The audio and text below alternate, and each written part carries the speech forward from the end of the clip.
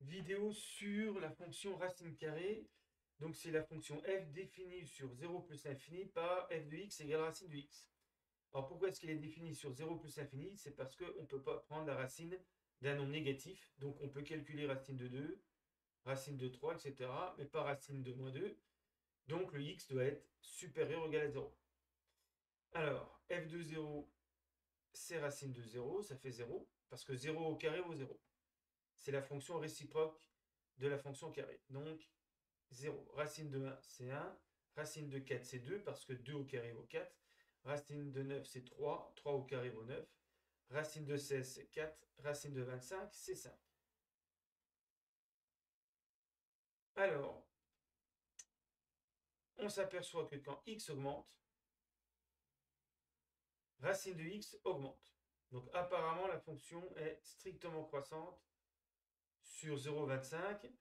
Racine de 0, c'est 0. Racine de 25, c'est 5. Donc voilà déjà comment on peut faire un premier tableau de variation. Bien sûr, il faudra faire le raisonnement pour montrer que la fonction racine est strictement croissante sur R.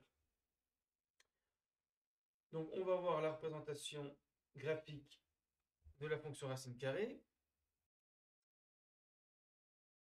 Alors voilà la courbe représentative de la fonction racine carrée. Alors, comme la fonction est définie sur 0 plus l'infini, la courbe commence à x égale 0 et n'existe que pour x positif.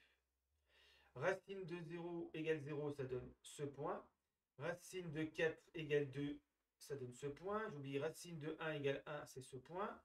Racine de 9 égale 3, ça donne ce point.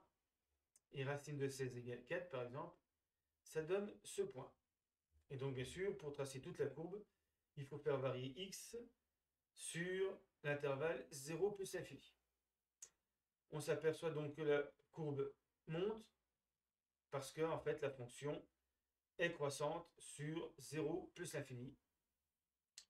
Et puis, racine de x est toujours positif, puisque la courbe est toujours au-dessus de l'axe des abscisses. Donc c'est une fonction positive, croissante, strictement croissante sur 0 plus l'infini, et définie, qui n'est définie que sur 0 plus l'infini.